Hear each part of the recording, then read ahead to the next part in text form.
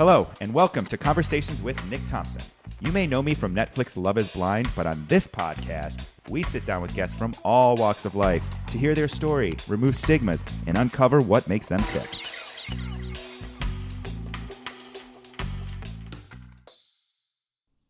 Hello, everyone. Welcome to Conversations with Nick Thompson. I am Nick Thompson. Today's episode is going to be a little bit of a heavy listen. So I wanted to warn everyone. I have Ashley Bitterman on today. She is a person that I am currently engaged with professionally, but we sort of developed a little bit of a personal friendship as well. And when we were meeting the other day, she was talking to me very openly a little bit about her podcast called Unexpecting. And Ashley is the host of Unexpecting, but the topic that she shared with me was the challenges that her and her husband are having as they try to conceive their first child. She's been through a lot of challenges that we'll chat through in here. But as she was sharing, some of the research that she's done in her own personal experiences and the guests that she interviews on her podcast, I was enthralled, for lack of a better word, in hearing how many people struggle with pregnancy loss or infertility challenges, and the fact that there's so little known about what causes infertility in the majority of couples that are working towards having a child. Her experience is heartbreaking. The feelings that her and her husband must share and go through, and this experience, it's heartbreaking, but I don't think we talk enough about it. And as she was sharing with me her experiences with infertility and losing a child, an unborn child, the community of people that reached out to her gave her the platform of community to start this podcast, Unexpecting, which she brings real stories from people and families that are honest and raw, and they talk about the unexpected loss of a child or the trauma caused from that process, or suffering from the inability to even conceive a child in the first place, no matter the different tactics that they have tried. And I asked her if she would be comfortable enough to come on this show and talk about her experiences in the community that she's putting together to support both parties in a relationship when this unexpected loss or inability to conceive a child comes into their lives. It's a heartbreaking story, but what I think is important in this interview with Ashley and then on her podcast Unexpecting is that we normalize these types of conversations because people feel so alone. And I can't imagine having this idea your whole life that you're going to have a family or you're going to be a parent and never thinking that maybe that's not possible. Maybe you have a infertility challenge. And I think we need to normalize that as everyday conversation, but remind people that are suffering that there is hope. They're not alone. And if we come together and we share our stories, we can realize that we're not alone. I hope that this brings you community, and I hope it helps you realize that you are not alone. For someone who maybe knows someone or has a family member that is going through this challenge, maybe you know, maybe you don't.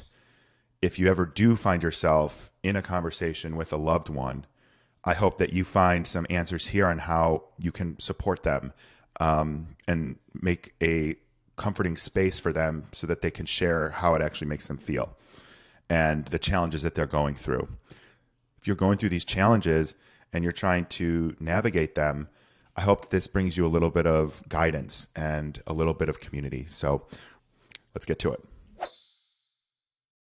Ashley Bitterman's our guest today. She's the founder of Ash Marketing Consulting. She's also the host of the Unexpecting podcast, where she's promoting raw stories that help bring awareness to pregnancy, child loss. And I want to thank you for bringing that knowledge and experience to our show today. How are you, Ashley? I'm great, and I'm so excited to talk to you and have another platform to talk about this, which is not talked about enough, in my opinion. I completely agree, and I was, I have a lot of respect for you. I'm very impressed in the way that you are so open to talk about it, not just about your experience, but give other people the opportunity to be vulnerable. I think it's wonderful. We Thank need you. more of that. Yeah, I think it's really important. I like to do some small talk questions before we get into the real talk questions. My first one for you is, what was your favorite vacation that you had as a child and why? Wow, as a child. Okay, so we didn't do a lot of vacations. We did a lot of like visiting people. So, but we only went on one true vacation that I remember when I was like 12. My mom, my sister, and I went to St. Martin in the Caribbean. Mm, And I mean, the Caribbean is my happy place. It was amazing. I just love the sunshine. Like the me natural too. light brings out happiness for me. You know that's science backed too, right? Not just vitamin D. Like it helps regulate your circadian or what is it called? Your internal clock, and everything. So you're experiencing that sunlight making you happy. It's more than you probably think. But They I also have digress. those like sun lights, right? Hmm. They mimic daylight, which Yep. on a gloomy day is very welcome because I'm not all about the gray and the gloom. I need Yeah. sunshine definitely brings out the happy side of me. So yeah, my mom, my sister, and I are super close, and it was just the three of us, and it was just fun. Like it was my first real vacation being in a resort with like they had steel drum bands. It just felt very vacationy. It was amazing. And Mm. just this past summer, my husband and I went back to the same exact place that I had gone when I was 12 because he also Oh, coincidentally grew up going there. So it was like a full circle yes. moment and it was amazing. It was really cool. Sounds like it was destiny that you two were going to meet one way or another. I guess so. I guess so. I have to tell you, so today actually, I think it's going to be in the 60s in Chicago, we're in October here, which is crazy. Hmm. But man, we had a couple of like winter feeling days, and I'm like, I got to get the F out of here and get to Mexico, the Caribbean, Punta Cana, somewhere warm, somewhere with water and beaches. So I feel you on that one. I know. I mean, I grew up in New York, so you'd think I'd be accustomed to cold. And every time it's like, what is this? My body Hmm. is shocked every time. I don't like And it. I don't either. I also feel like for me, I do enjoy a little bit of winter, but like 3 weeks of it, and Oh, then I'm that's back to like, yeah, and it's usually around Christmas, so it's like Christmas through New Year's, like give me that winter vibe, and then here, and it's similar in New York, I know, but it's just then you've got the dreaded. We have 2 to 3 months, depending on if the groundhog sees his shadow. yeah. Of I'm kidding about that. Of like just bitter cold day after day after day after day, and the only hope you have is that the sun happens to be out on that bitter cold day. I know. You're right. The holiday season is just so festive and fun and it smells good. But Hmm. then like January I think is the worst month. And then February sucks, but my birthday's in February, so it's a little like Oh, adds a little positivity, but like doesn't cover up enough the fact that I'm freezing. yeah. So lots of layers, lots of weighted blankets and heated blankets and warm socks. This gets me through. Those are winters in New York and Chicago. Brutal. That's why I went to Uh, school in Miami and then moved to LA because I hate the cold. mm. I saw that on your LinkedIn actually, that your things you dislike is the cold, Yeah. which brings me to my next question. Okay. You Uh-oh. dislike tomatoes, and I want to know why and then the extent of which you dislike tomatoes. Does that mean no ketchup, no pasta? Okay, this is a great question. Very fair and valid. Because it's ironic that my favorite food is pizza. Okay, I so I can know. do tomato sauce, ketchup, give me all the ketchup. Tomatoes, mm-mm. I think it's the consistency. Like I it's, knew, yeah. A lot of people say it's the texture consistency that gets them on a tomato. yeah. And it's also a little, it's definitely the consistency, but the flavor is not like tomato sauce to me. It's very Mm-mm. tart and it's like wet and like, I can't do it. I've tried so many times. I've tried like the cute little tomatoes, grape tomatoes, I think, that come in like different Yeah. colors. I want to like them so badly, but to me they ruin salads. Also because it's like in a salad and it's an heirloom tomato that's been cut. You know Hmm. those little like seeds are going to get on other parts of your salad, and it's Yep. just it ruins it. It ruins it. So all about the You know, pizza, all about the tomato sauce. Can't do the so what tomatoes. about like salsa or pico de gallo or something like Oh, that? great Because question. Mm-mm. Won't do it. Like, wow. Chipotle is not on my list of favorites. I know, hot take, but if I did it, I would do a salsa verde. Okay, I understand that. You know, I Yeah. think too the weird thing that I've noticed with tomato because I make a lot of my own stuff. Like so, if I want guac, I don't actually make my own salsa. Maybe I should, but if I want like guac, like I'm cutting the tomatoes and cutting the onions and all that stuff and really making it myself. And I've noticed that when I see them do it in restaurants, and I should look into this, but their tomatoes are never have seeds. Like they never have that gunk water in there, and I wonder how they get rid of that because I notice like it's my stuff is soggier than I want it to be because of that. Well, and think of all the time that you would save if you didn't like tomatoes. I think that's the marketing campaign you put together, anti-tomato campaign. Imagine the time you would save. Yeah. It's true. I I save love so that. much time not having to cut up tomatoes. So on an episode of your podcast, or on your podcast, let's just say you always ask two favorite movies of your guests. One of them I listened to, you said your favorite movie is Step Brothers. So now I want to know what's your second favorite movie. Okay, I have a weird taste in movies. Well, Step Brothers is not a weird taste. I think that's like, who doesn't love Step Brothers? It's amazing. I But don't actually, if you want a hot take. it's not cool. It's not cool. I know. I get that a lot. I'm But sorry. continue. Sorry to get enjoyment out of Let's not that. get me canceled over that. Yeah. Okay, fine. So Step Brothers is one. A Beautiful Mind is probably my second favorite. I I and that's a true story. It's an incredible story, and I love things with twists and anything that's psychological or makes you think. And I just think it's such an incredible story, and that's a movie I wish I could see again for the first time.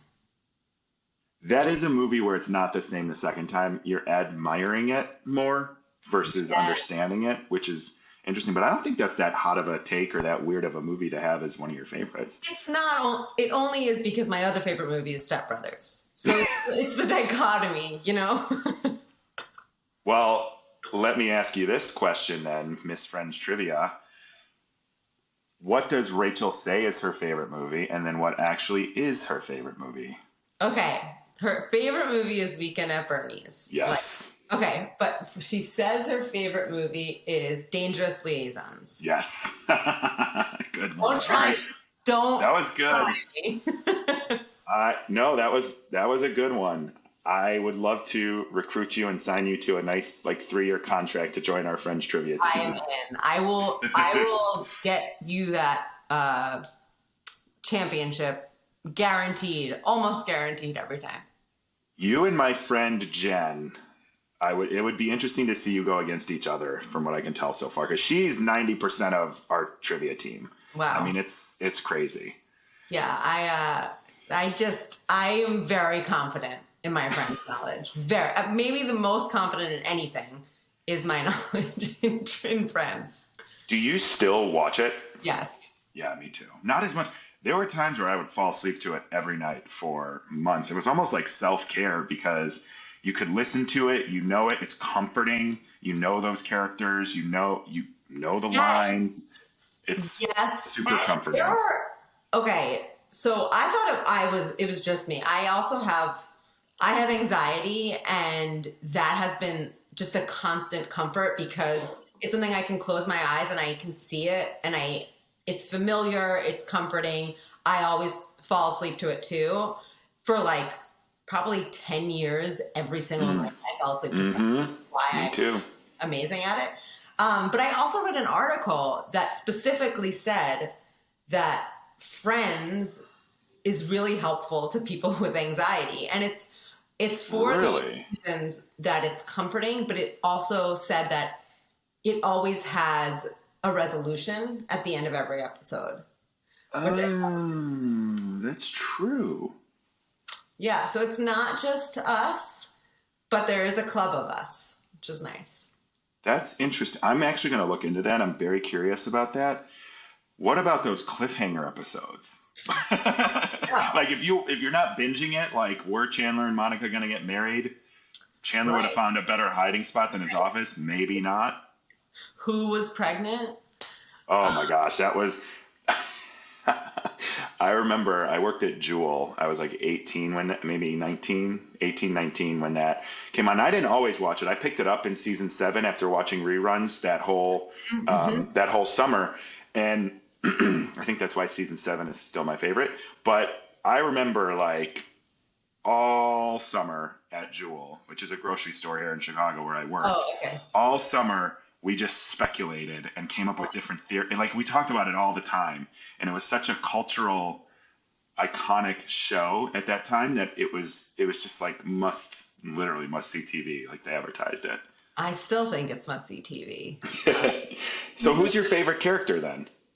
Or characters? I can tell you my least favorite character. Okay. Monica. Oh, really? Why is that? She's annoying. She's like not someone I would want to be friends with. She's just too like everything has to be perfect. Like she's less go with the flow. I'm more go with the flow, and I think that would irk me. So she's sometimes I find her annoying. I love them all, but I find her annoying. Joey, I think sometimes they screwed up with his character, and it bothered me. Same with Phoebe, in that sometimes they made him too dumb, and I didn't appreciate it.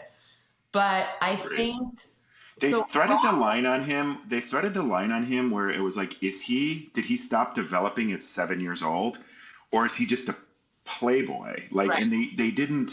Who's kind of not the most intelligent, but he's an actor and he thrives on that, and that would have been fine. But I do think you're right. I never thought of it too much, but they kind of tweeted the line or threaded the line on that. Yeah, it was like sometimes it just like things didn't add up with him.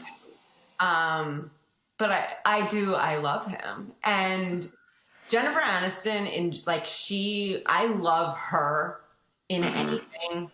I think I just get a vibe that she's a really good person, and I don't know her, but I just feel like she's a good person, and I want to believe she is.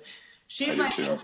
Ross did a complete 180 for me. He was my least favorite, and then he became my favorite.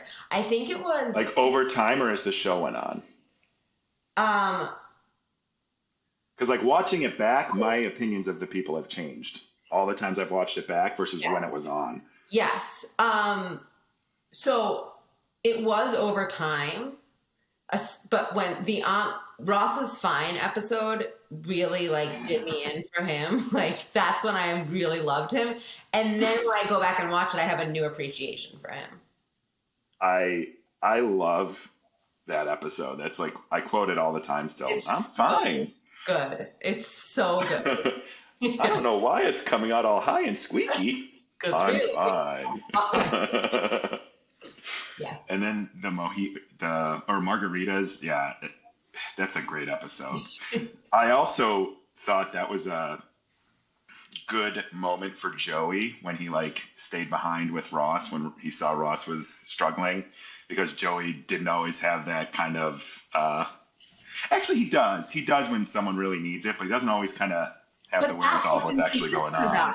Yeah. Like sometimes he's this incredible friend, and sometimes he's just this gross player that just sleeps with every girl and doesn't actually care.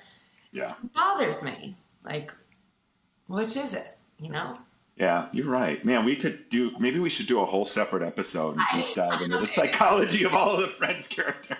I think it's a hit. I think that would take off. Yeah. So I do. So Chandler's my all-time favorite. We have the same sense of humor, I think. Yeah. Just dry and sarcastic. I kind of feel like, and I'm curious where you land. Some people have come to say like, what Ross is kind of a psychopath. And if you ever watch any of the clips of the things that he says without like the laugh track, he's scary. Like he's really a scary character with the things he does and the way he behaves sometimes. Well, when he goes to try to get his shirt back from Mona. Like that. He was kind of crazy with the jealousy thing. Yes. Yes, with Mark. The sandwich, which was just kind of the breaking. You're right. Not telling Rachel they were still married. Right. Right. You're right. I know. It's true. But at least he's funny. It's hilarious. Yeah. I mean, I love him. Don't get me wrong. I love Ross. But what he does is funny. Chandler is funny.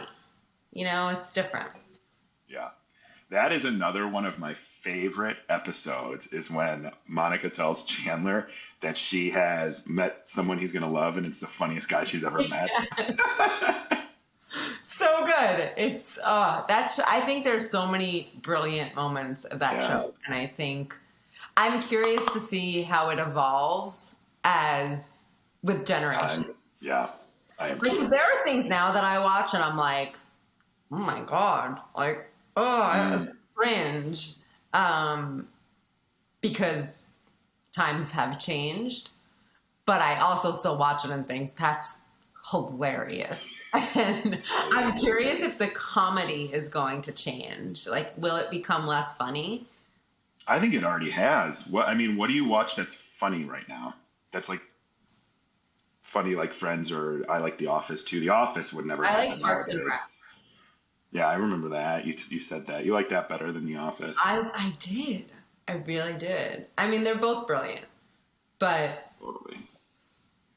I don't know. I got into Nathan For You, which is a whole other version of comedy. I don't know if you I haven't even heard of it. Yeah, it's weird, but it's hilarious. And it's not a sitcom. It's like this comedian who goes to help businesses, like actual businesses. Oh, okay. He's genius. He's socially awkward and he plays it up so much to his advantage, and it's incredible. See, I kind of like that. I feel like you'd like it. What's it called? I'm going to write it down. Nathan For You. His name is Nathan. Oh my gosh, I forgot his last name. But I guess you don't need to know it. I'll find it. I wrote it down. I think you should watch it. It's weird. I will warn you it's weird, but it's really good. I'm going to check it out, or at least watch the trailer, because I do think, like, I need something funny. It's like Bar Rescue if Bar Rescue, they had the most absurd ideas to help the business. Okay. Interesting. I'm going to check it out. It's worth a watch. At least, like, give it a try. Yeah, I'm going to give it a watch. I've been watching Dahmer. I've been watching, I got to get something that's going to bring a smile to my face. Yeah, I know. I've been watching Handmaid's Tale, so. And The Patient with Steve Carell. Have you watched it? No, I have it on my list, though. I want to see that. Yeah, I love Steve Carell. Or something. Yeah, I do too. He's great. I love him. He's such a talented actor too. Yes. In general. This so is I have a different role for him. Okay. I like when he kind of, you know what? I had this crazy. I'll tell you later. I want to ask you this question. Okay. Because, and I don't want to debate it, but I'm just going to ask you, and then I'll say my piece, and then I'll let you say your piece. Okay. New York pizza versus Chicago pizza. Have you had Chicago pizza? Okay. This is This is a really fair debate, I think, because to me, it's a different category of food. I hate when people say that, Well, but I get it.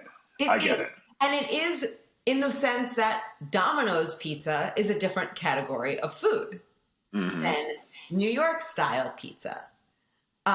So I think both can be great, but I mean, it's New York pizza. Like, come on. When I think of pizza, I think of New York pizza. I Obviously. will I will say that's fair. You're from there. When I think of pizza, and I like deep dish, but I don't exclusively get deep dish. I like thin crust too. But when Okay. I was in New York, and this is my hot take, and then this is the last thing I'll say about it because I get it. I felt now here's another thing. So I've been gluten free for 10 years. I was in New York like 7 years ago, last 5, 6 maybe. And so I found what was the best and recommended like gluten-free pizzas. So that caveat, and that was the first time I had had New York pizza in New York. That's a huge caveat. I know, I know. And I didn't think it was like the crust was bad, but I felt like it was cardboard with ketchup and cheese. That's, I didn't, and sauce to me makes a pizza. Mm-hmm. So I was Okay. very disappointed in the sauce. Where did you go? Oh my God, I'd have to look it up. I don't remember. Okay. Because, first of all, part of what makes New York pizza so good is the crust. Because the water, right? It's the New York water, and that's what makes our bread so good. It's a thing. That's what Um, they say about Lou Malnati's here. He said it's the Lake Michigan water that makes our crust so good. really? Yeah. Okay. To be fair, I don't think I've actually had Chicago pizza in Chicago. So I don't feel like I can Okay. debate this, but even unfairly, I'm going to go with New York pizza. That's I fair. feel I pretty mean, confident that I would still lean that way. I get that. I think that's totally fair. And I'm not gonna like argue it because, like I said, I had caveats, but it's just so interesting. Like my friends just got back from New York, and he's like, "Best pizza I've ever had." I'm like, "Dude, you're from Detroit and you live in Chicago. Like you have two other completely different options, and you're picking New York." It's not the same. New York pizza and New York bagels, like it's the best. And Chicago pizza is different. Like Yes. there's bad pizza. No, I'm not saying Chicago fits into the bad pizza category, but there is bad pizza, and I think Costco pizza is the best bad pizza. Okay. And then there's New York pizza, and then there's just different categories. Yeah. So there's probably the best Chicago pizza, but I don't know that it would compare. It's Okay. apples to oranges. It Fair. is. It is. And I think that's why New York and Chicago pizza eaters can coexist in this world. I agree. And I don't discriminate against pizza unless it has things on it. Then I discriminate. I'm just Like tomato slices on the top. exactly. Give me the tomato sauce, but no tomato slices. Like I can't have a margarita pizza. Ugh, no. Their margarita pizzas are a waste, but another I hot just take. like I just like a cheese pizza. Like can't go wrong. That's so New York. Yeah, So because New York it's of New you. York, you don't need anything. You're hiding flavors if you're putting toppings on. Interesting. What are you covering up with your? I don't know. I like to put Italian beef and giardiniera on my pizza, and that is like to me the best pizza you can ever have. All those flavors coming together on a pizza, it's like, oof. I don't even Uh, know what that word is. It's some sort of vegetable mix. giardiniera, yeah, it's like a pepper mix with oil. Okay, I mean, Wow, is that like a real Chicago thing? It's Italian, I believe. I think it's. Well, I've heard of that. No, just kidding. I haven't. I'm gonna look this up real quick, and then we'll get into the rest of the rest of this. Is it like marinated artichokes? No, that's actually pretty good too. It's Italian. It's pickled vegetables in vinegar or oil is how it's defined, but it's usually like peppers, cauliflower. Um, yeah, Interesting. I love it. I Pickle. put it in tuna. I put it everywhere. Wow. Yeah, I know. Like it comes all in one thing. All It's in those. a you can buy it in a jar, and if you buy it in a jar, you can kind of put on whatever you want.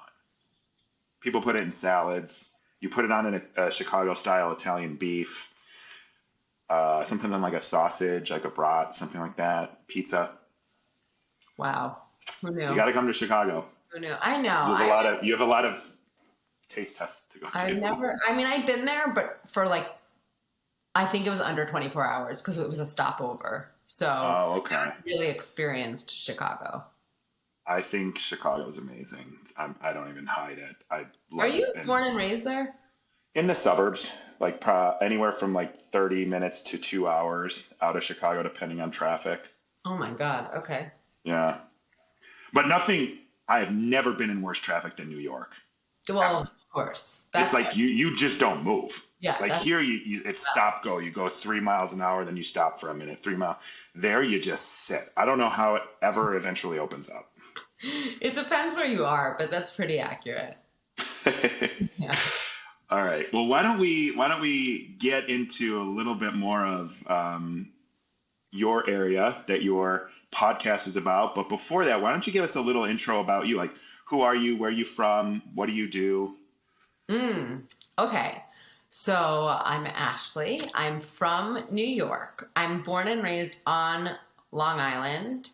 I now live in Westchester with my husband and my almost 16-year-old dog, who is, I should never have gotten her because when she dies, I'm not going to be okay. Um, That's a weird. I've been there, like with other dogs growing up. I don't know. I think about my dog, and I'm like, I can't even think about it. He's only 4, Oh my God. so I No, can't imagine. I know I'm not going to be okay for a while. Like she is, and she's also been through so many phases of my life with me. She's been through, I got her in college in Miami, and then she moved back to New York with me, and then she moved to LA with me, which is like a whole other version of my, like part Oh of my yeah. life. And now I'm married and she's somehow still here. Like she's just been through so many different phases, and like I can't picture now going through another phase without her. She's emotional support for me.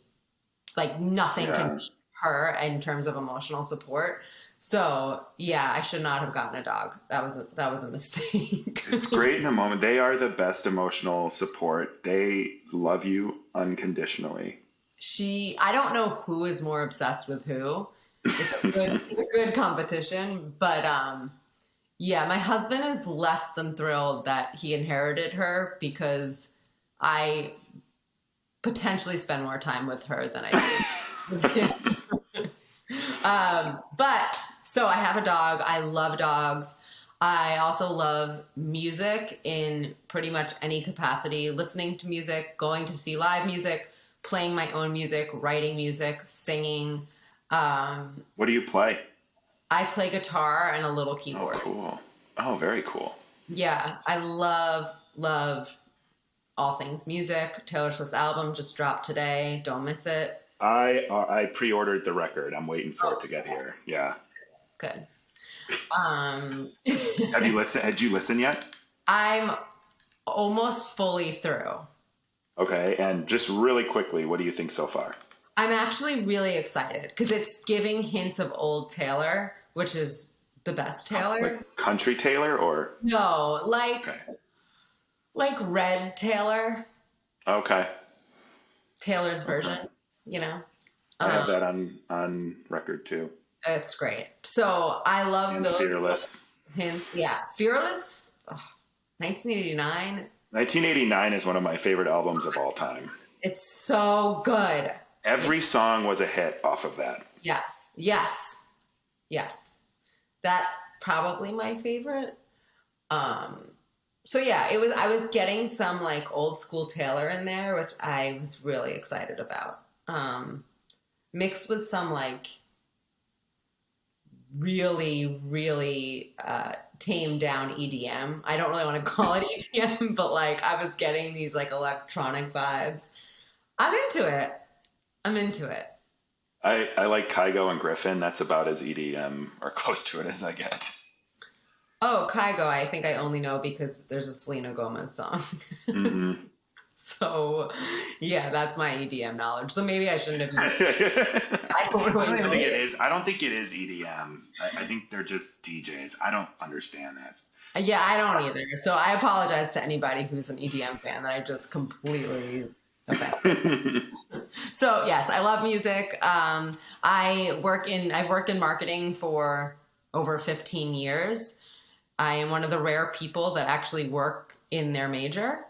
And I love it because I think of creativity as my personal superpower. And it's just a really cool outlet for me to be creative in different ways, meeting all sorts of different people and helping them achieve whatever mission they're on.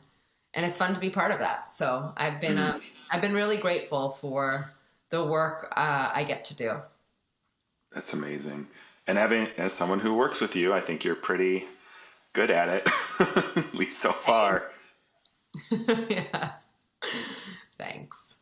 Cool. So you started the Unexpecting podcast after or in 2021. What prompted you to start that, and um, what was your goal of starting that? Yeah. So, And what's it about, maybe first? okay, that's fair. So, Unexpecting is a platform for people who have experienced infertility, pregnancy loss, or infant loss to get vulnerable, share their story, either as a way to bring awareness or just give them a safe space to talk about their experience. And the conversations are really raw, they're really emotional. We go deep, and people recount really the worst experience of their lives. So it's not a light listen, but I think it's a really important listen. And it's not for everybody, and that's the goal, is that it shouldn't be for everybody, but it's supposed to be a safe place where people can go if they're experiencing what is, I call, normal but not yet normalized. Mm. So to give a little background on why I started it. So I you grow up thinking, oh, I'm going to get married and have kids. And that's not everyone's story. That's not everyone's path. And that's perfectly okay.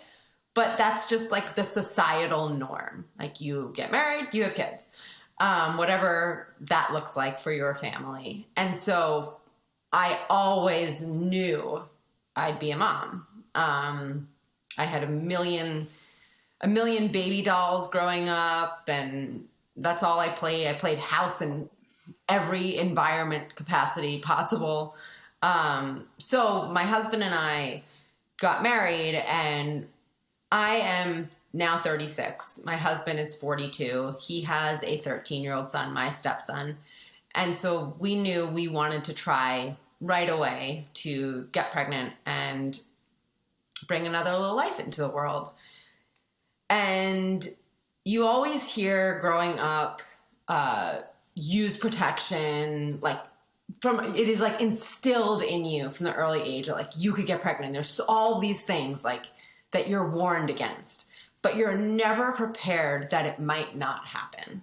And what that looks like, that it actually could be really difficult. And it doesn't just happen the first time that you have sex with somebody. So we learned that the hard way by trying first for a year with no luck before we sought out fertility treatment. And we went through a couple of rounds of an IUI, which is basically a less invasive in vitro fertilization. Can I ask before that? Yep.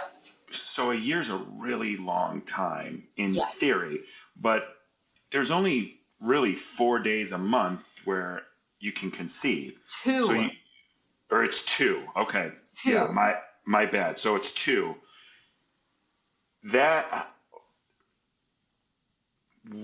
when did you and what was your process for communicating with your husband? What's his name? I'm sorry, I forgot. Brandon. His name's Brandon. With what's your and Brandon's communication process when you started to think maybe something is not working here? Yeah, so I was so naive. My sister is a couple of years older than me. She has 3 boys. She got pregnant the second she tried every single time. And those are all the stories you hear. You see plenty of pregnancy announcements. You see gender reveals, but you aren't hearing the in-between of what's happening. So I thought I was pregnant the first month that we tried. I was like convinced, like, oh, that was easy. Spoiler alert, I was not. And so it was about probably 4 or 5 months that I asked my doctor, because I didn't know, like, how long is it supposed to take? And at that point, we weren't really diligently like tracking ovulation. We were just timing it as best as we could. Conceive is a weird word to use, but as best as we could. And I remember my doctor saying, like, most people get pregnant in 6 to 12 months the first time. Okay. So after that, you might want to see a specialist. So each month, the whole process of trying to conceive is torturous because there are only 2 days a month that you can conceive, and the rest of it is waiting. So you're either waiting for the time for those 2 days to come, or you're waiting to see if it worked. So, It's like 28 a constant out of state 30 of days anxiety. is just waiting. Yeah. And then it's just, didn't work. Didn't work. And there's so much heartbreak that just goes into that. Because it's just reliving the same devastation over and over and over again. And nobody talks about it. That's just not a thing. Like, no one's saying, like, hi, we're trying to get pregnant. We're on month 5 and this month I'm still not pregnant. Like, it's just not a thing people talk about. Yeah, maybe if you're close with someone, it's like, we're trying. Oh, great. And then you're done. Right. Yeah. But yeah, it's not talked about. So after that year, we had sought out fertility treatment, and went through 2 rounds of IUIs, and it's intrauterine insemination. Okay. It has a 17% success rate. And what is this different, or how is this different from IVF? So it's so much less invasive. Okay. It's the gateway drug to IVF. That's how I describe it. And it's basically just, they give you medication. So it could be medicated or not. Mine was medicated, which means I'm taking a medication that makes me super ovulate. So a little female anatomy and biology each month. So you have 2 ovaries and they have X number of follicles. Everyone has a different number, but call it like 10 on each side. And each month, they grow, and one of the follicles wins to have an egg mature, and you release 1 egg every month. But with IUI and its medication, the goal is to have you make more than 1 egg, so maybe 2 or 3, so it increases your chances.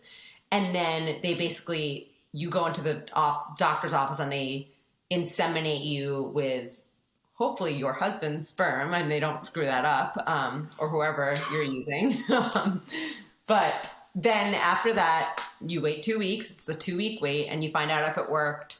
17% success rate. They told me that if you try naturally, it's a 20% success rate. To me, the fact that anyone gets pregnant, I don't understand it. Like, it doesn't make sense to me. I can't believe. But it's got to be the repetition, right? Like, because if it's 20%, that's bizarre. That doesn't make sense. I feel like maybe I misheard her. But point is, we did 2 rounds of this, and it didn't work. And it's expensive. I mean, it's thousands of dollars each. And I was like, I can't.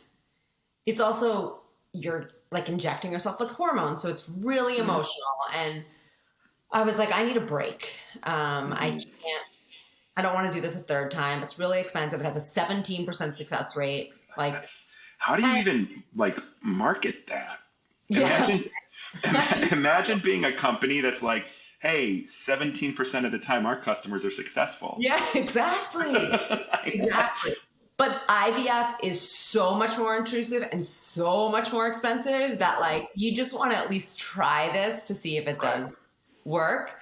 And by the way, we were diagnosed with unexplained infertility, which is actually the most common form of infertility. It basically means we went through every test under the sun and nothing is wrong, which sounds great, but there's nothing to fix. So you can't explain it. You don't know what it is that's keeping you from conceiving. And that's both you and Brandon. Yep, we both went through every single test and everything was So they're fine. like checking testosterone levels, hormone levels, yeah, all of that stuff. And wow, Everything. and that's the most common form, and we have no idea why. Correct. Wow, Yeah. that is it's hard. probably natural selection, if I had to guess. Yeah.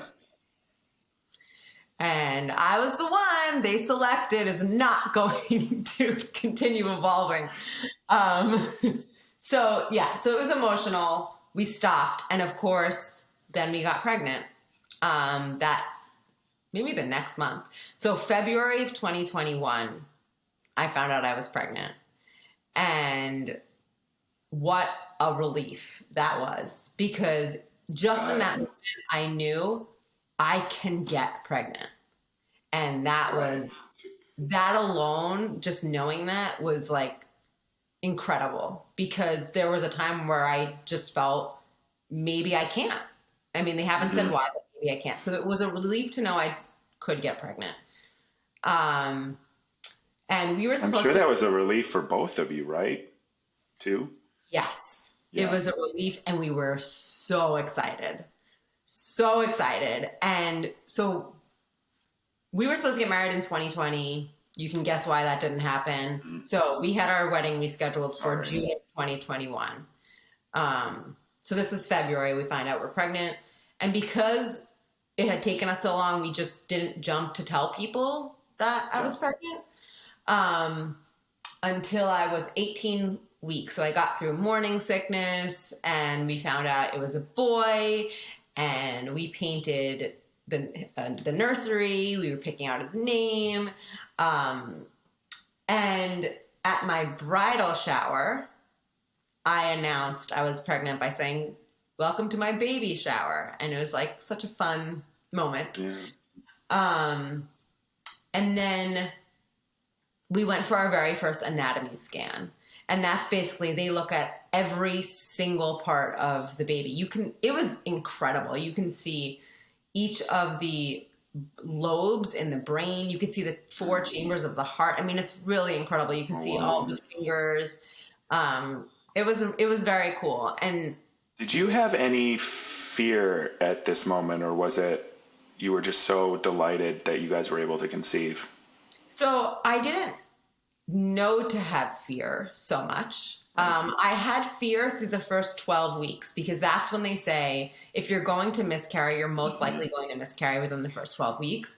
Which And is why so they tell you not to announce before that, right? Yes, which I also have a thought about that I will share later. Okay. But once we got through 12 weeks, we were like, great. And we did the initial testing. Because I'm over 35, I am considered a geriatric pregnancy, which is a really sexy term. So they test for all like Down syndrome and all the genetic testing, and everything came back clear. And so after the 12 weeks, we were smooth sailing. So then anatomy scan, we haven't done this before. So they're just kind of going through everything and showing us on the screen, this is the heart, this is the legs, whatever. And the ultrasound tech wrote UC ? And I didn't know what that meant. I thought everything. They didn't tell you?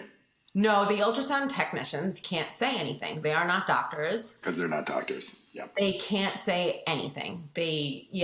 And so I didn't think anything either. So then we said, is everything good? And she's like, yeah, the doctor will talk to you. And so then we went into the doctor's office. That's not what you want to hear either. Yeah, but at that point, no alarm bells went off at all. Okay. I don't know. The doctor will talk to us. Great. So then we go into the doctor's office, and she just said, they'll call you with the results. And so I was like, why would they? It still wasn't weird to me yet. But looking back, I'm like, That is weird. Like, why would they put me in the doctor's office for them to just say they're going to call you with the results? So they called me the next day. I wasn't really anticipating anything. And they just said, we see something on the umbilical cord. It could either be a blood clot, a cyst, or a tumor. We're not sure. We're going to send you to the Children's Hospital in the city to get a better look with high-risk maternity doctors. So I was like, well, that's not good. So of course we're immediately like Googling, what could this mean? And there's not much information. So we went into the city in a children's hospital, which is, nobody wants to be in a children's hospital. No, I can't even imagine. Yeah. So they did a really intense, long sonogram. And I do remember that the ultrasound technician said, cute. And because she said that, I thought everything was fine. Right. Because why would she say, he was cute in there. It looks like it's like a fully formed baby. They just get bigger at that point. So right. Really cute. And I remember taking note of the fact that she said that, thinking, okay, she wouldn't say that if something was wrong. So it's probably fine. And then they put us in like a conference room, and my husband and I waited in there. It felt like hours. It was probably 20 minutes. Are you two talking? Like, are you speculating? Are you silent? Like, what's going on in your relationship at that moment? Because that's got to be crazy, uncomfortable, and intense. It was pretty quiet. I think, I tend to make jokes. I'm like Chandler. I tend to make jokes when I'm like uncomfortable or to try to get me through something hard. So I'm sure we were making jokes. But it felt like, I remember like, where are they? Like what? Like it just felt really long. Right. And so finally 2 doctors came in and they took a pen and paper and they drew what the diagnosis was. And basically what it was is there was a blood clot inside of a cyst on the umbilical cord. And so they had seen cysts before, they had seen blood clots, but they had never seen a blood clot in a cyst. And they said right now everything is flowing through that to the baby, but at any point the blood clot could cut off the supply and the baby would not survive. And what would that do to you? Well, I don't remember them saying that I would be in danger, but the baby would not survive. And, right. And then the cyst, they said, is linked to abnormalities. So they basically said ideally we'd want to get you to 24 weeks because the baby has a 40% survival rate at 24 weeks, which is crazy to me. If you can get to 28 weeks, it has a 90% survival rate. Mm-hmm. So we went home. You're at 18 around this time? I'm like 19 weeks now because yeah. So we go home thinking we're just going to wait this out and we'll get the baby out safely. Whether it's 24 weeks, we're going to try to push it to 28 weeks. And then we started Googling. And there was no information. Like nobody has ever had this. I was reading about blood clots. I was reading about cysts. Nothing. You said the doctors had said they never saw them on top of or together. Correct. And this is Columbia Children's Hospital, right. Some of the best doctors in the world. And then we read that the cyst, with this umbilical cyst, it's 85% chance of having life-threatening abnormalities. So we heard 40% or 90% survival rate, but survival doesn't mean a healthy child. And we then met with a geneticist, a genetic counselor, who we were going to do an amniocentesis to see if genetically the baby was okay. Hmm. And at this point, I was 20 weeks, and the cutoff for termination in New York is 24 weeks. And Hmm. she said, even if we do the amnio, we will not have the results back before 24 weeks. Oh She my also gosh. said, even if the genetic panel comes back normal, it does not mean that there's not something wrong, because typically with a cyst, it's not genetic. It's like a fluke. Fluke. It's, Yep. yeah. And so it really did not take us long to make the worst decision of our lives, that we don't want to be patient zero. And if our child is going to just live, if at all, a short life of pain and suffering, that we would do anything we could to shield him from that. Hmm. And made the decision at 20 weeks to terminate the pregnancy. I'm so sorry. That just, and you can't even process it. You had no time. We had that's the other thing. And it happened so quickly. So I had my abortion on June 10th, which was obviously emotionally the worst experience of my life.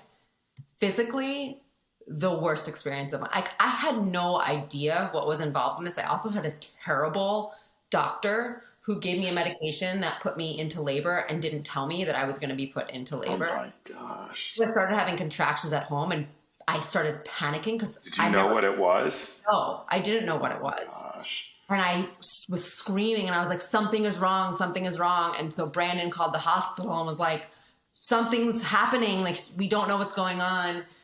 And the doctor called me and was like, yeah, the medicine gives you How do you contractions. not tell someone that, especially as you're going through such a health crisis? Yeah, it was horrific. She was horrible. And, it's like the worst. I also felt really judged by her, which also is like, we didn't go into this wanting to have an abortion. Right. We've tried now for a year and a half to have a baby. Couldn't be more excited. And we're making what we believe as parents the best decision for our child, so that he does not All have a to parent can do. experience pain. Yeah. So it was horrible. And a couple days before, so I mentioned that we were getting married, and this is where this comes into play. Our wedding was June 25th of 2021, which was 15 days after our termination. And about 3 days before, I had to go to my tailor to get my dress altered to fit over Jeez. a pregnant stomach. And that was one of the worst days of my entire life. I mean, it was, Should have been one of the happiest. yes. Yeah. And it was torture to go there and be like, I have to get this dress taken out, and I'm going to have this stomach. I'm going to look pregnant, but it's going to be empty. And it was so sad. It was just really, really sad. And I'm going into getting married. Like, it's supposed to be the best time of our lives. And I was like, this sucks. Like, this is what I'm going to remember as my wedding. And it ended up being incredible. We made the decision to send out a letter 2 days before, or a few days before, saying, for those that don't know, we were pregnant. I was 5 months along, and due to complications, I'm not pregnant anymore. Please, I'm so sorry. it was brutal. But we said, help us celebrate by giving us that day, and just don't talk about it. Like, feel free to reach out before, feel free to reach out after, but just let us celebrate that day and dance with us and party with us. And it was so amazing, because when else are you in a room filled with everybody that loves you and that you love? And it just really felt like cathartic. It was like a fresh beginning filled with so much love. And what I thought was going to be just so heart-wrenching it was so fun. Like, really, like, the day was so fun and festive, and it wasn't sad. Like, nobody brought it up. It was just special. It was really special. Yeah. And so I'm glad we didn't push it off. Miraculously, I didn't look pregnant. Like after I went through the examination, I woke up from surgery and he was like, your stomach's flat. I was like, how is that possible? So I was really relieved because I didn't want to walk down the aisle looking pregnant and knowing that. So long story short, why I started Unexpecting. They announced the Texas abortion ban in September of 2021. And in that moment, I couldn't believe that I felt grateful to live in New York, where I was allowed to make the decision that I felt was best for my child. And your health and your marriage and your life. 100%. So it was killing me to think that there are going to be people who are in my shoes that are going to be forced to bring a child into the world to live in pain. It was killing me. I was so upset by it that I put a post up on Facebook just expressing I had an abortion. And most people that think of abortion, and not to judge anybody who ever has an abortion, but you think, oh, this person got knocked up and doesn't want the baby. And also that may be the case and that's their decision also, like nothing against them. But I felt people are not seeing the gray area. It's such a black and white issue. I want people to know that we tried for this baby for a year and a half. Like we wanted this baby. We named him. We painted his room. Like the last thing we ever expected was to have an abortion, but out of love. That was the most loving thing that we believed we could do.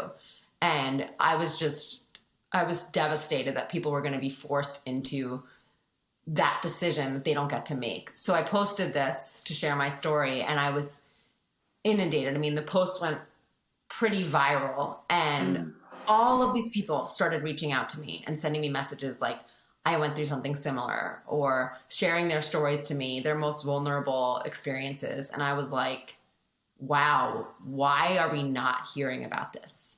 Like, here I am, I'm thinking, I'm the only person that this has happened to. I have to like suffer in silence because I don't have anybody to talk to. I don't know anybody who's gone through this. And here are hundreds of people sending me messages that they've gone through something similar. So and why do you think, oh, go ahead. Sorry. Finish your thought. Just to finish the thought is I started Unexpecting to give those people a platform to share their stories. And not because they want other people to hear them, but just because they want the opportunity to tell it. So many of these people have kept it inside and not shared it with anybody. And, it's not something people talk about, so they keep it to themselves and they suffer in silence. So here was a safe place for them to share their story with somebody who really gets it, who understands what they've been through and can relate to that type of pain and emotion. And it's been incredible meeting all of these families. I can't imagine this scenario in so many different ways, but what do you think is the reason that it's not talked about? Did you find anyone in your life that maybe went through something similar, or was it all strangers that you started building this community with? Because I know a few people that have struggled, and even people I'm close with, and it's so hard to talk about. And they probably because they don't feel like you can relate, which is accurate way to feel. So how did you start having those conversations? Was there anyone you know? And why do you think that we don't talk about it more? Yeah, everyone was a stranger. I didn't know any of the people that I had on my podcast, with the exception of one, I believe. They all came from people who reached out to me off of that social media post.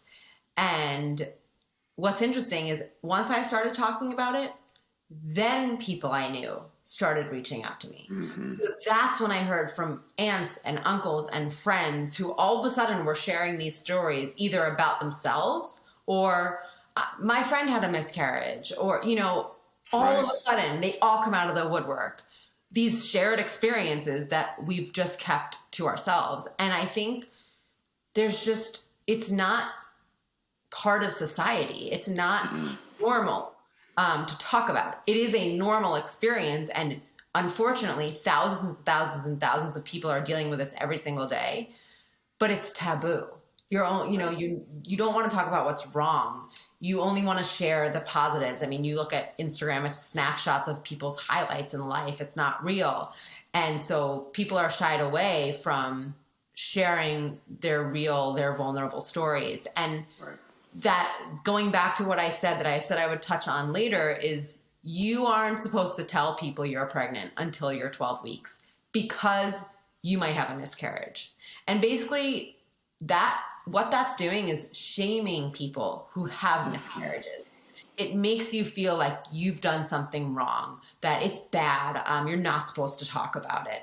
And then it's making people suffer in silence from potentially the worst experience of their life. Like, no matter how far along you are, losing a child, a baby, a pregnancy, however you want to call it, is one of the worst things you can go through.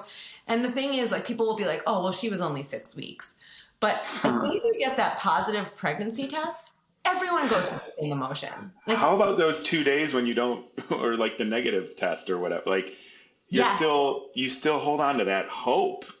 everybody has that. And so it's such a shame that people are forced into silence in their most vulnerable emotional states, and they have to go through work and not tell their employers, and they're expected to just go through normal life when they've just experienced one of the biggest devastations they'll experience. And I just think we haven't normalized it yet. It is normal, but it is not normalized, and people just need to talk about it more. I think it's uncomfortable because what's normal is you get pregnant and you have a baby. You get pregnant, you have a baby. Everyone sees pregnancy announcements. For 20% of the time anyway, right?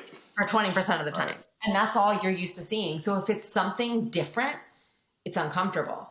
And you don't want to be the one to make people uncomfortable. It's also, people don't know what to say because we don't talk about it enough.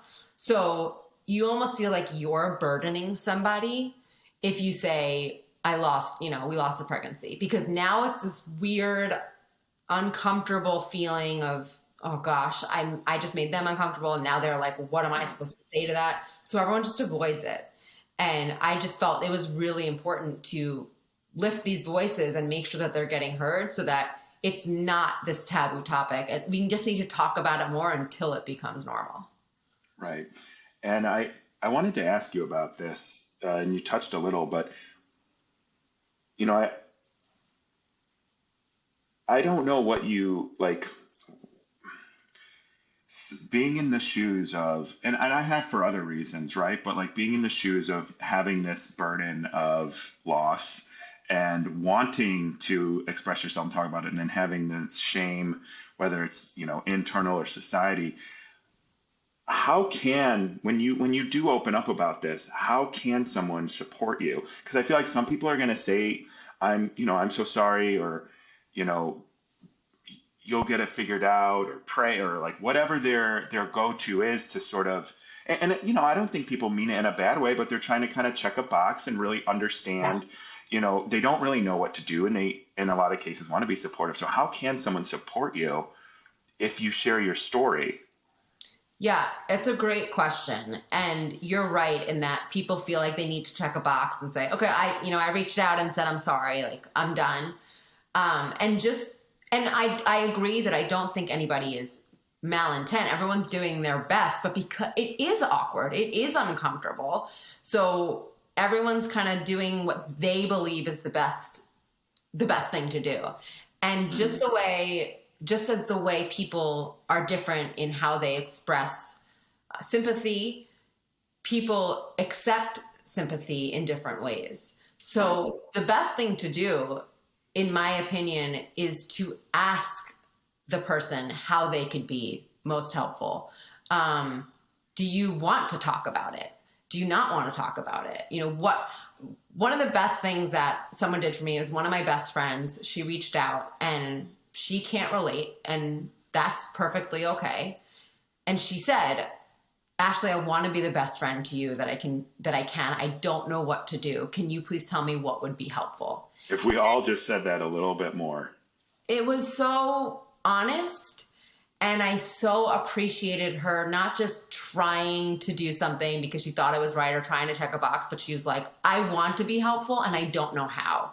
Like, can I bring you dinner? Do you want to go for a walk? Just things, throwing ideas out, but not just assuming you know the best way, because everybody's going to deal with it differently. Like, Absolutely. I am, I make jokes. Like, that is a coping mechanism for me. And so other people do not want to make jokes about it, and that's their own way of coping with it. So you can't just go into it and assume that you could say, I'm so sorry, and that's going to check that box for you.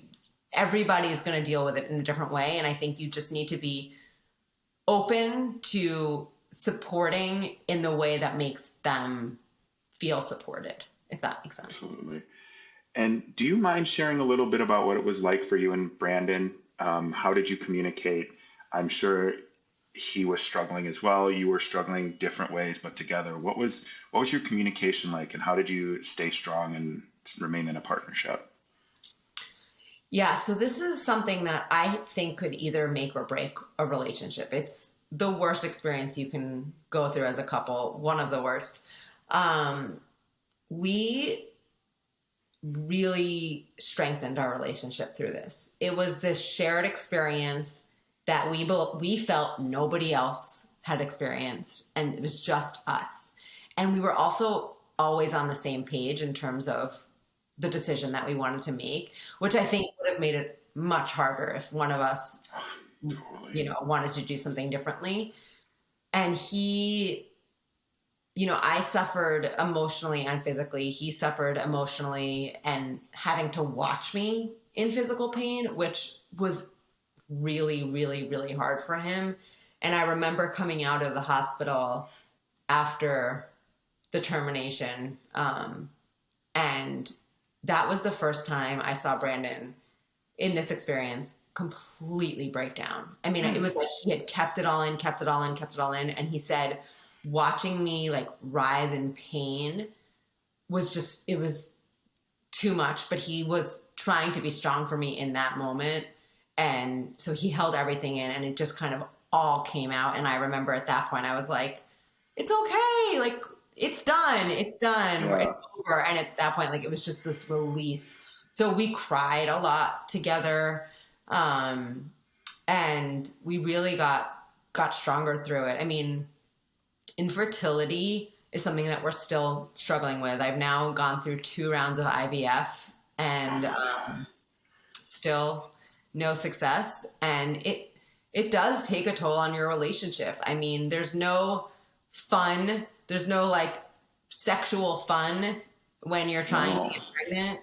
It becomes a job. It becomes really, really stressful because there's certain days, and let me look at the calendar because I'm going on a trip. And like, it just becomes, it takes over your life, and it really takes a toll on your relationship. So that the termination and everything was really strengthened our relationship. And, we've just, we've stuck together and know that we're a team in this, and, it's helped our marriage. I mean, that's a good thing to hear, that it's helping, or it helped your marriage, and that you remain a team on it. What was it like for you both to decide to try and get pregnant after this loss? How do you talk about it? What are your feelings? Yeah, there was no doubt that we would try again as soon as we could. We didn't want to wait. We knew at that point we could get pregnant. And so we started the first month that we could, which I think was July. And we tried for 4 months. And at that point I was like, I can't just keep doing the same thing. And like, I felt like I've done everything. Like, I can't just keep doing the same thing over and over again. And that's when we said, let's try IVF. And it's also, we're both getting older. And I always thought I'd be this young mom. And now, as you're going through this, all these thoughts circle through your mind. Like, I was incredibly close with my grandma, and my mom is so close with my sister's kids, and I love watching her, love being a grandma to them, but it's so something I want. And every month that goes by, it's like, was my mom going to be around to be the same type of grandma to my kid as my sisters? And then am I going to get to be a grandma? Like, or am I going to be too old? You know, all of these things that may sound crazy that I'm thinking about this, but How could you not? through your mind every single month that you got that negative test. So that's when I was like, we have to do IVF. Like, I want to feel like someone else is in control. Cause I think that's, I needed to feel like someone else was taking the reins. And you needed a break. I mean, mentally, I bet you needed a break. I did. And I had no idea that IVF was as, what's the word I'm looking for? Invasive? Is it like emotionally draining, challenging? Like ball and chain attached to your foot. Like IVF takes over your life. I have to inject myself 3 times a day with hormones. So that messes with your emotions, right? Plus I'm injecting myself. So there's physical struggles that you're going through also. It is exorbitantly expensive, and I had no fertility coverage, so everything was completely out of pocket for us. But we said we're gonna try this, because you also think, oh, we're gonna do IVF so we'll get a baby. Like, I was naive to that too. And so the first round we got one viable embryo, and we implanted it, and it took. And I was pregnant for 5 days, and then they called and said, your numbers are low, you're going to miscarry. So that was just such a letdown, because we only had one embryo. I then went through the emotion of, we're pregnant again, which maybe I clearly prematurely celebrated, but I didn't know, because there's not enough people talking about this. I didn't know that also meant, oh, this still might not work. I thought, like, once it's implanted and you're pregnant, you're pregnant. So then to go through that devastation again, it was brutal. And then I had to do another round. We decided to try again and do another round of IVF. And this time we got 2 viable embryos, which was great. The first one, same thing. They called and said, look, it worked, but the numbers are low, so you're going to miscarry. And so then I had to wait to kind of miscarry. And then we were on our way to go implant our second and last embryo. And they called us 20 minutes before my appointment and said, your embryo didn't survive the thaw, because they keep it frozen and they thaw it out. And she said, this is only the second time this has happened to us in our clinic. So we didn't even get the chance with our last normal embryo, which was just gut-wrenching. I mean, that was it. And we can't afford to do another round of IVF. Like, it's too much money. And at that point, it was too emotional. It was too taxing. It took over our life. Like, the schedule, you have to be home at a certain time to do your injections, and you can't go anywhere. It took over our life. And I just made the decision that I wanted my life back. And I'm trying to come to terms with the fact that, like, we're trying now. It may not happen, and it's hard to come to terms with that, because I've always thought I'd be a mom. And now I'm kind of, I'm balancing wanting to live in case this is life, and I don't want to miss out on this, because that's taking over my life. And that, it might not happen. I hope it does. We're trying every month, with no success still, which is, I'm sorry. It's heartbreaking every time, especially because everyone around me is pregnant. Both my sister, my sister-in-law is pregnant. My sister has 3 kids. My best friend, like, everybody's pregnant. And I'm at the age that, everyone just talks about their kids. So it's hard. It's just constantly in your face. And that's why also I feel it's really important to talk about infertility and what that means. Because so many people are just struggling with it silently and going about their day and going to work, and people don't even know, you don't talk about like, oh, we're trying, but we're not pregnant. So, but it's devastating. Every single month that it didn't work, it's the same heartbreak. I'm sorry. And every month you live with that. It's awful. Both of you and everyone else. Yeah, it's really hard. What last thing I'll ask you on this, if you don't mind. How do you maintain your? I mean, there has to be frustration. There has to be resentment. I hate to throw that word out there. When you see everyone around you, how do you maintain your well-being emotionally and those relationships as you have struggled? This is something that's really hard, and I try to do my best with it. There are times, admittedly, that I haven't handled it as well as maybe someone else might have. It's really hard. It is constantly in your face. It's just not something that you can avoid. And I would not want to take that away from somebody else either, because having a child is one of the greatest joys of your life. And everybody, of course, wants to share about it. And I don't want to limit people from doing that, but it's really hard. And honestly, it gets annoying. Like, that's just a word that comes to mind, is like, someone else is pregnant. More like, this kid's off to kindergarten. Like, just little milestones that I feel like I'm missing out on. And I also can't relate. So it's, I just went to a bachelorette party, and I was the only person there that didn't have kids. And rightfully so, everyone talks about their kids.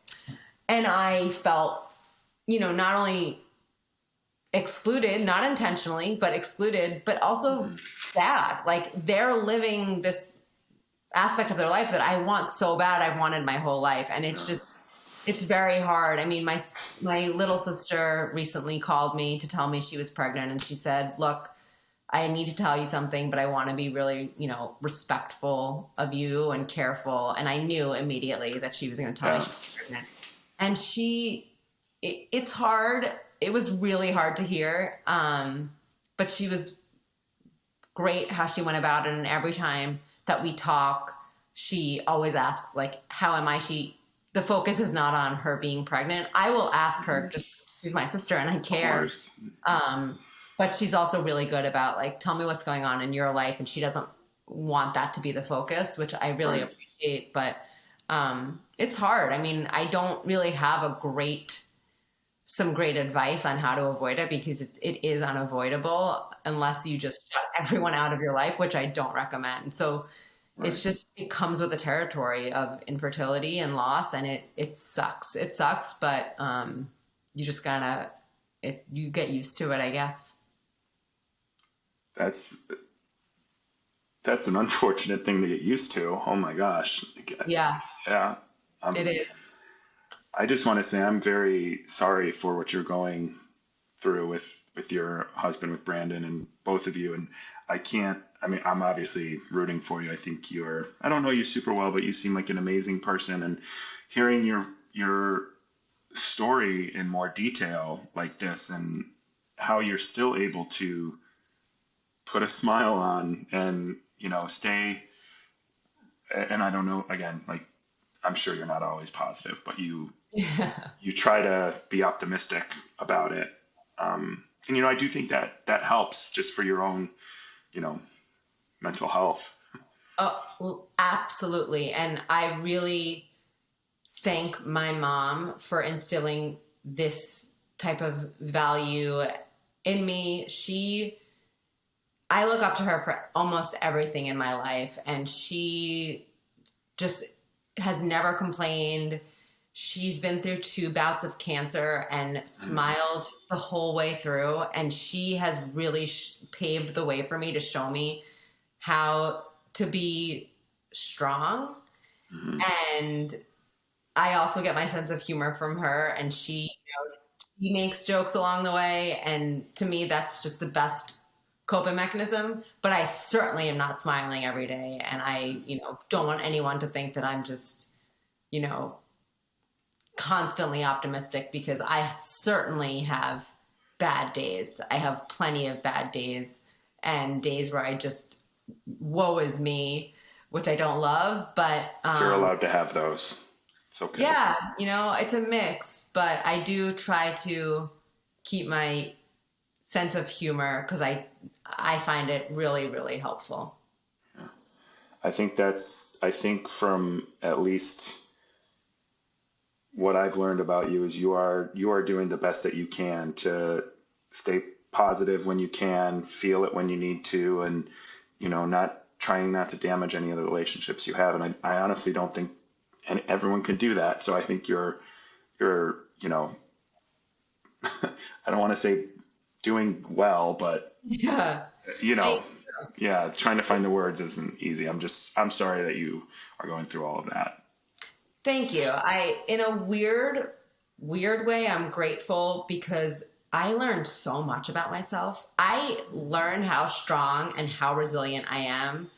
And I didn't know that before. So it's been really cool to learn about myself and watch myself kind of pick myself up and just, Right. okay, on to the next thing, on to the next thing. So, I am grateful for things that I learned about myself along the way. I think that's a perfect way to look at it and continue to be resilient. Continue Yeah. that. I try my best. All we can do is try our best. Um, is there anything you want to add? This is heavy. Like, we don't have to do this stupid ask me anything if you don't want to do it. Like, um, I don't, yeah, am I supposed to ask questions related to this topic? no, it can just, the idea was to like end on a lighter note. It can be anything you want, but I don't know if we need to end on a light note with this. Yeah, but I don't want to leave people like feeling like shit, Okay. Yeah. Yeah. That's fair. That's fair. So yeah, you can ask me something if you feel compelled. Oh, okay. I want to think of something good. Um, okay. No, this is gonna be like easy for you to answer, I feel like. So you're gonna cheat. Um, so to end things on a lighter note, what is something that you're doing today that as a 5-year-old, 10-year-old, you would be surprised? I've always been very driven. Like, I'm the first person in my family to graduate college. My family, they work very hard in their roles. A little more blue collar, and I wanted to go. I always said change the world. So I guess from my perspective, just I thought the end all be all was going to be going to college and getting a job and starting a family. And there's so many things on. And I thought that was going to be life. And there's so many things that I've learned since that, when you have that naivety as a child, that I could do that. Like, I have a good job. I don't have to do this podcast. I want to do it because I want someone who can relate to things we've talked about today. And Yeah. so I've always wanted to change the world. I just always thought, I would have kind of the normal life. And so looking on like all the stuff that I do now and all the things that I care about, I never would have imagined when I was a younger kid. Mm. Yeah, that's really cool. It is. It is. It's not always easy, as having side hustles and side projects, but when you care about something, it kind of keeps you motivated.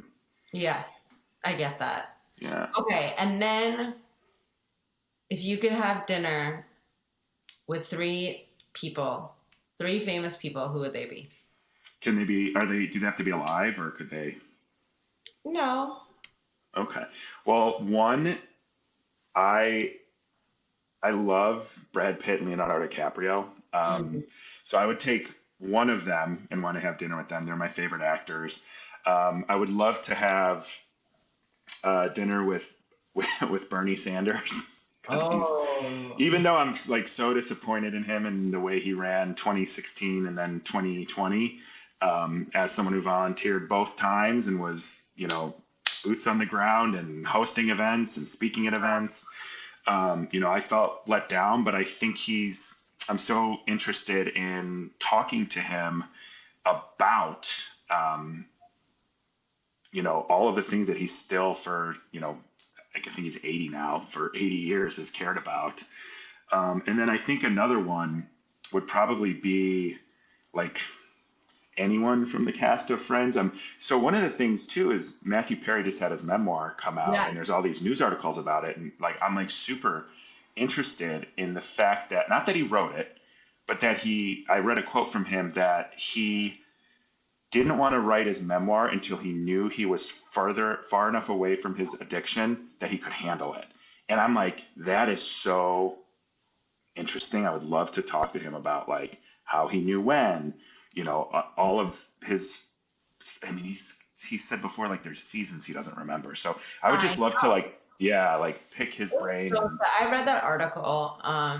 It was so sad. And, he said season 9 is the only season he was fully sober for, and it's the only season he was nominated for Best Actor. And he shared how he almost died, and it's so sad. And that's a great one. I want to read his memoir. I'm curious, but hope he's okay. I do too. He seems it, which is great, but you never know, as you know. I know. You just don't.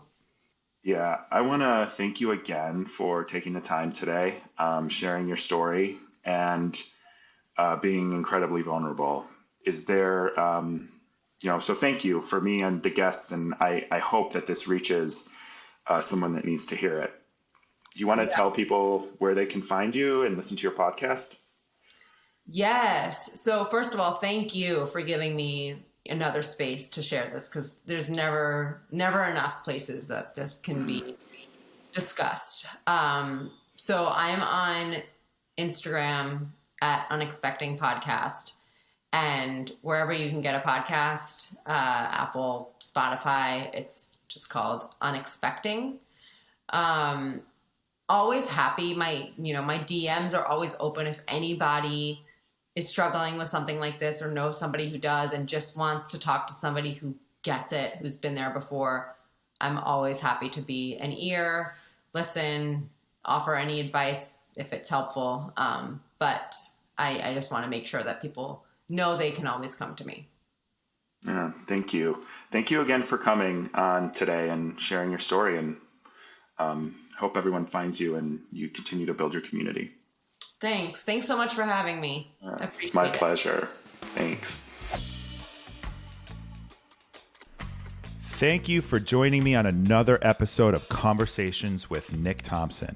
If you enjoyed the show, be sure to follow us and leave a review on Apple Podcasts, Spotify, and YouTube. Links can be found in the description below, and we can't wait to see you next time.